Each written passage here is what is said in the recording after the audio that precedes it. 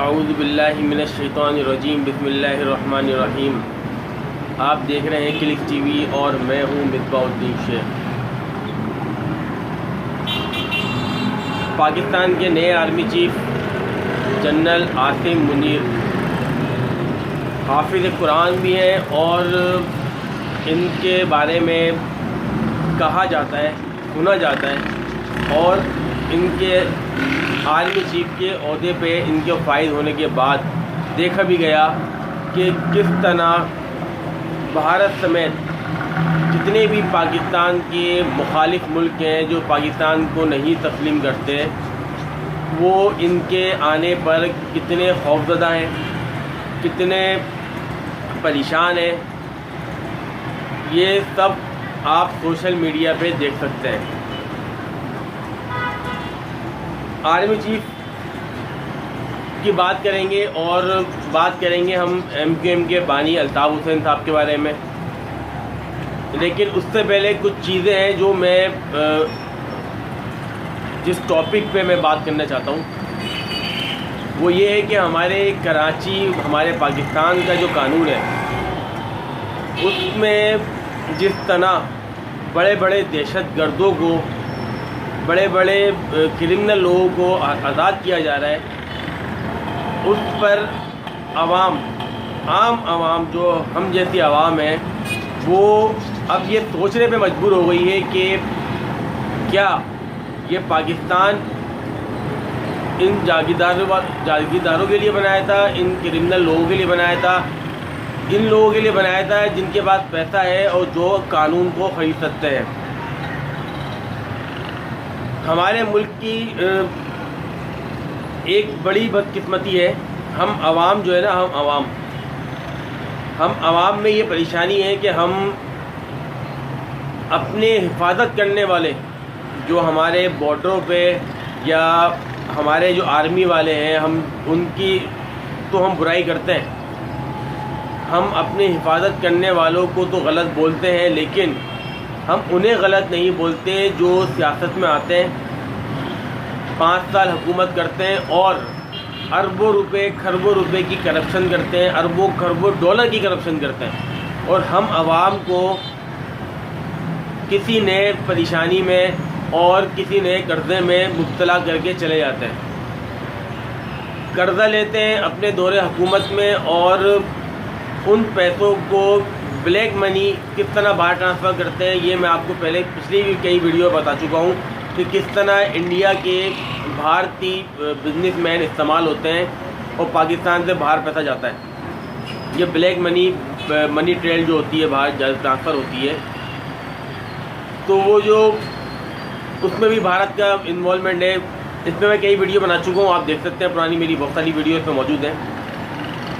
تو ہم عوام کی میں بات کر رہا تھا، عوام ہم جو بدقسمت عوام ہے نا، ہم یہ سوچتے ہیں کہ بھائی ہمارا جو محافظ ہے وہ ہمارا دشمن ہے، لیکن جو ہمارا سیاستدان ہے وہ ہمارا مخلص ہے۔ ہم اس کے لیے عوام روڈ پہ نکلتے ہیں اور اپنے محافظوں کو گالیاں دیتے ہیں، اپنے محافظوں کے خلاف نعرے لگاتے ہیں۔ ہمیں اس بات کا بالکل بھی علم نہیں ہے یا ہمیں اس بات کا سوچنے کی توفیق نہیں ہوتی کہ ہم اپنے حفاظت کرنے والوں کے تو خلاف بات کر رہے ہیں، لیکن ہم اس سیاستدان کے خلاف بات نہیں کر رہے ہیں جو اپنے دور حکومت میں ہزاروں اربوں ڈالر کی، کروڑوں ڈالر کی کرپشن کر کے پاکستان سے باہر وہ پیسہ لے جاتا ہے، اپنا کاروبار کرتا ہے، لیکن اس کو جو بھرنا ہوتا ہے، اس کی جو انٹرسٹ دینا ہوتا ہے، سود دینا ہوتا ہے، یا اس کے پیسے اتارنے ہوتے ہیں وہ قرضے کے، تو وہ عوام نے اتارنے ہوتے ہیں۔ عوام جب سیاستدان آتا ہے تو پھر اس کے پیچھے چلنے شروع ہو جاتے ہیں۔ یہ ہماری بدقسمتی ہے۔ اب بات کرتے ہیں ہمارے قانون کی۔ ہمارے قانون کے بارے میں اچھے الفاظ تو نہیں نکلتے۔ اس کی مثال یہ ہے کہ ابھی ایک نامور دہشت گرد کراچی کا رحیم سواتی، جس کا تعلق عوامی نیشنل پارٹی سے تھا، یعنی کہ ANC سے، اس نے ہزاروں لوگ اپنی مفاد کے لیے، یعنی کہ صحیح کئی لوگوں کو قتل کروایا، ہزاروں لوگوں کو زخمی کروایا، فتح وصولی کی، منشیات کا کام کرا، اس کے ثبوت موجود تھے، اس پہ اس کو سزا ہوئی تھی. لیکن ہمارا قانون تو ایسا ہے نا کہ جس کے پاس پیسہ ہے اس کو جج بھی کھڑے ہو کے پوچھتا ہے بھائی کیسا ہے. تو یہ والی کہانی ہے. تو اس کے ساتھ یہ ہو گیا کہ جس عدالت نے رحیم سواتی جیسے دہشت گرد کو، جس نے مہاجروں کو، خاص کر میں کراچی کی بات کر رہا ہوں، کراچی میں مہاجروں کو صرف اس نام پہ قتل کیا کہ یہ ایم کیو ایم سے تعلق ہے، یا پھر یہ ایم کیو ایم کے ووٹر ہیں، یا پھر یہ اردو بولنے والے ہیں، یہ مہاجر ہیں، اس بنا پہ اس کو قتل کروایا گیا، ان سے بستہ لیا گیا، ان کی زمینوں پر قبضہ کیا گیا. اس کے خلاف ثبوت پیش ہوتا ہے ایک عدالت میں، اور اس کو آج سے کچھ عرصے پہلے سزا ہو جاتی ہے. لیکن پھر دوسری عدالت ان پرانے ثبوتوں کو جھوٹا قرار دے کر، اس پرانے ثبوتوں کو بے بنیاد قرار دے کر اس رحیم سواتی جیسے اور اس کی ٹیم کو، وہ دہشت گرد رحیم سواتی اور اس کی ٹیم کو رہا کر دیتے ہیں. تو یہ ایک عرصہ اس نے جیل میں گزارا، لیکن اس نے جتنے لوگوں کو قتل کیا، کیا ان کو معاوضہ عدالت دلوائی گی؟ نہیں، کیونکہ رحیم سواتی کی مثال وہ ہے کہ میں آپ کو دوں، اغوانی جو ہے نا، اغوانی پاکستانیوں کے اوپر یہ مثال دیتا ہے کہ پاکستانی قوم بکاؤ ہے، اس لیے ہم خریدتے ہیں. اس کی مثال تو آپ کے سامنے ہے کہ کراچی میں کس طرح ہر جگہ اغوانی قابض ہے. اب تو پرانے کھاتے جو آپ کے آباء و اجداد کی زمینیں تھیں نا، اس کے کھاتے ختم کیے جا رہے ہیں. پرانے کھاتے غائب ہو جاتے ہیں ڈپارٹمنٹ سے، وہ چینج ہو جاتے ہیں اور وہ پھر اس کے نام پہ بن جاتے ہیں جس سے اغوانی خریدتا ہے. تو یہ وہ بات ہے جو اس کو ثابت کرتی ہے، اغوانی کو سچا ثابت کرتی ہے کہ وہ پیسہ خرچ کر کے پاکستانی کو خرید سکتا ہے. لیکن ان پاکستانیوں کو جنہوں نے پاکستان بنانے کے لیے قربانی نہیں دی. اصل پاکستانی وہ ہیں جن لوگوں نے پاکستان بنانے کی قربانی دی اور جو اپنے ساتھ پاکستان لے کے آئے. ایک اور بات، آگے مزید بات کرنے سے پہلے میں آپ کو ایک چیز بتاؤں. آپ کو یاد ہوگا جب خلاف زدگان کے لیے جب کراچی سے پیسے جمع ہو رہے تھے، خراج جمع ہو رہی تھی، تو میں نے بڑا شور مچایا تھا، بہت منع کیا تھا کہ بھائی ان لوگوں کے لیے نہیں کرو. ہمیشہ دلدلے میں ہو یا سیلاب زدگان کے لیے ہو، آپ لوگ کراچی والے بھرپور جمع کر کے دیتے ہو، لیکن یہ نمک حرام قوم کبھی بھی آپ کی وفادار نہیں ہوتی. ابھی کچھ ہی عرصہ ہوا ہے سیلاب زدگان کے لیے، وہ سیلانی تو وہ چھیپا والے اور وہ جے ڈی سی والا ظفر عباس اور یہ تاجر رہنما اور یہ ایم کیو ایم والے سب مل کے سیلاب زدگان کو یہاں سے بھرپور کراچی والوں کو جمع کر رہے تھے، وہاں دے رہے تھے. اور میں اس ٹائم بول رہا تھا کہ اپنے لوگوں کو دو، آپ کے اپنے پڑوس میں لوگ بھوکے مر رہے ہیں، آپ کے اپنے اڑوس پڑوس میں لوگ پریشان ہیں، ان کی پریشانیاں دور کرو. آپ ان کو چھوڑ کے ان کو دے رہے ہو جن کے بعد آپ نے زندگی بھر آپ نے پریشانی میں آپ نے ساتھ دیا ہے، اور وہ آپ سے نمک حلالی نہیں کرتے. آپ بہت دیکھ لو، آپ سوشل میڈیا پہ آج پھر وہی نمک حرام لوگ جن کے لیے آپ نے اپنی روٹی کم کر کے ان کو روٹی پہنچائی تھی، اپنے گھر کے اخراجات روک کر ان کو اخراجات دیے تھے، آج وہ سوشل میڈیا پہ آپ کے خلاف وہی ماضرائی کر رہے ہیں. وہی آپ کو مہاجروں، وہی اردو بولنے والوں، آپ لوگوں کو وہی لوگ دہشت گرد بول رہے ہیں، وہی لوگ آپ کو غدار بول رہے ہیں. تو آپ لوگوں کو سوچنا ہے کہ آپ لوگ جو یہ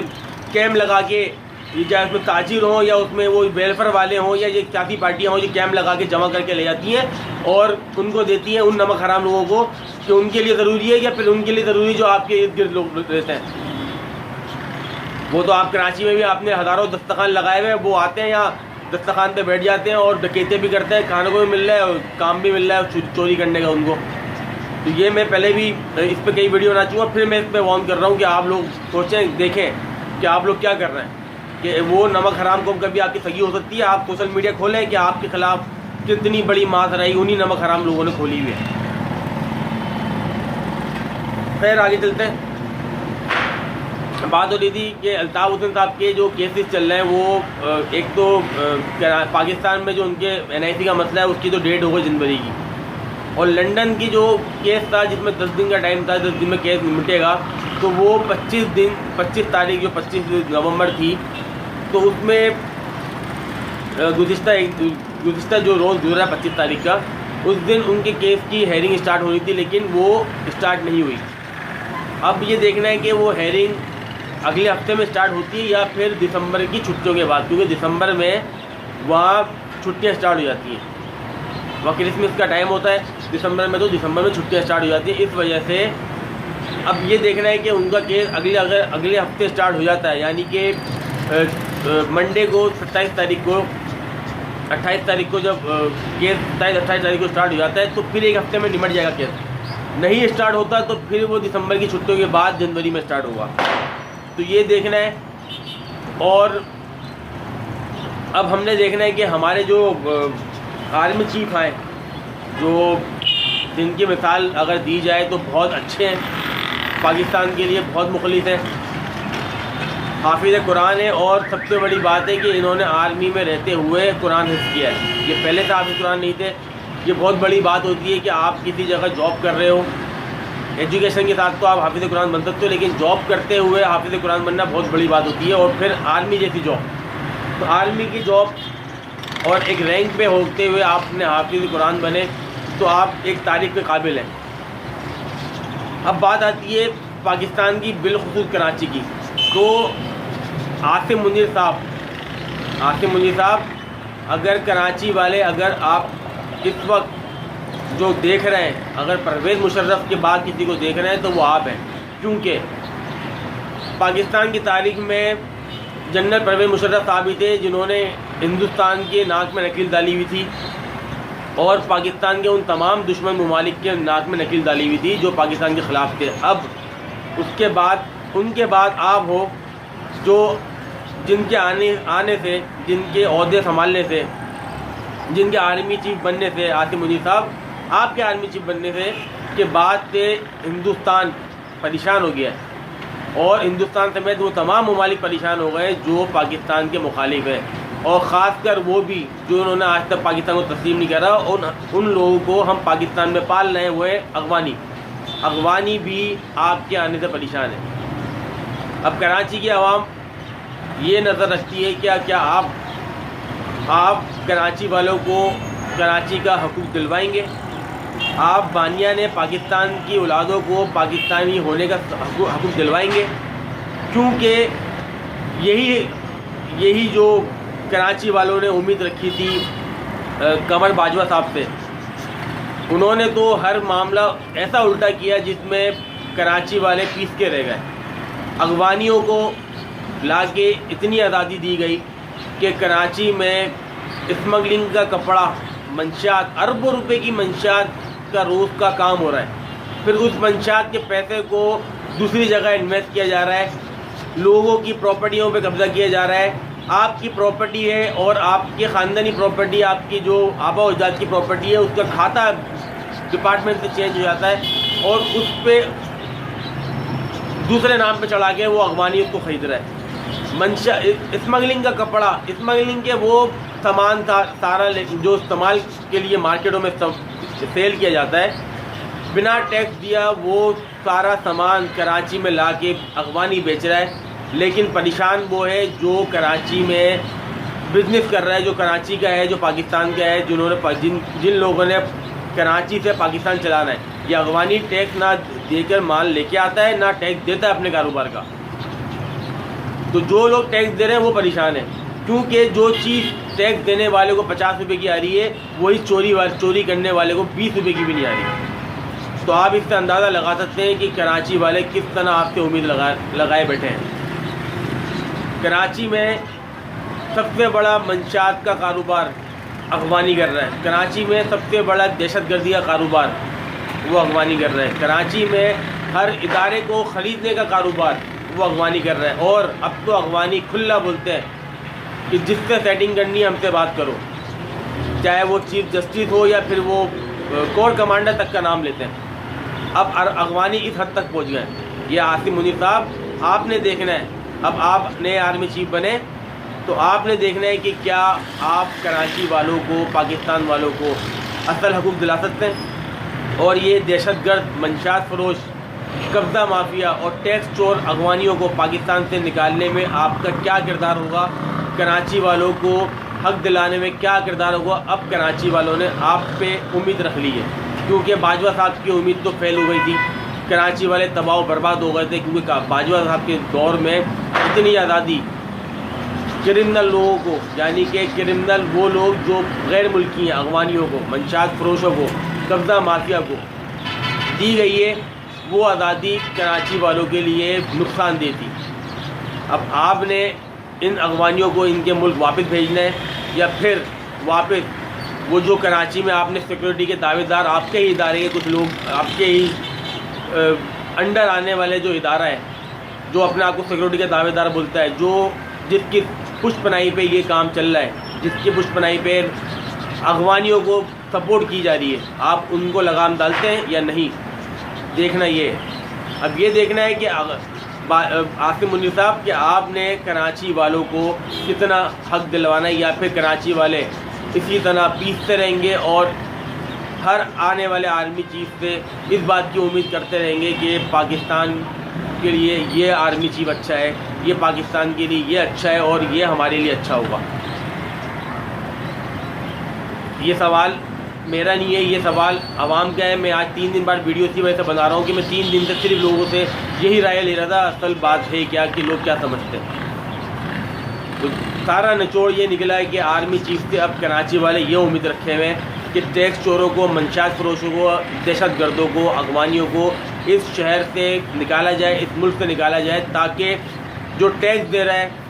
وہ سکون کی زندگی گزار سکے اور آرام سے کام کر سکے، اور ان کی جو جائیدادوں پہ قبضہ ہو رہا ہے وہ اس سے بچ سکے۔ اللہ تعالیٰ ہمارے ملک کی حفاظت کرے، اور اللہ تعالیٰ ہمارے نئے آرمی چیف جو پاکستان کے نئے آرمی چیف بنے جنرل عاصم منیر صاحب، ان کو اچھی راہ پہ، سچی راہ پہ، اور پاکستان کی، خاص کر کراچی کی عوام کی محبت میں کام کرنے کی